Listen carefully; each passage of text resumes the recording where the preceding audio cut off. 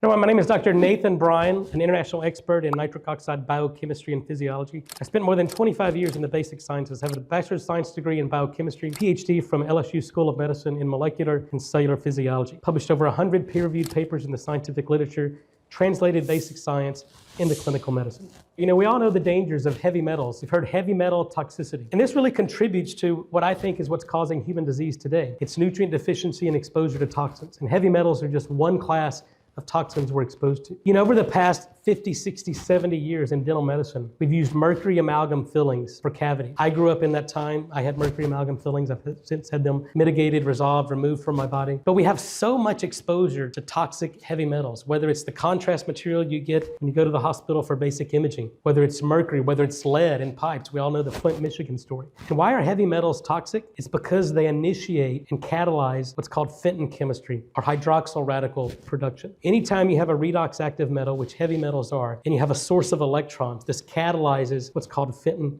chemistry. And this leads to oxidative stress, it leads to inflammation, it leads to immune dysfunction. So we have to understand what toxic metals we're exposed to, and then take the proper steps, the safe steps to remediate that, whether it's chelation therapy, IV EDTA or DTPA, or basic oral binders like chlorella, spirulina, algae products, activated charcoal, bentonite clay, and then detox. We have to bind these metals, we have to excrete them. Our primary sources or routes of excretion are breathing, deep breathing exercises, urination, defecation, and sweat. We have to have normal bowel movements, we have to hydrate, so we urinate, and most importantly, we have to sweat. Most Americans don't sweat anymore. It's a primary route of excretion. So understand what your heavy metal burden is. If you have heavy metal toxicity, then take the proper steps to eliminate that, detoxify your body, and apply proper nutrition. Your body heals itself.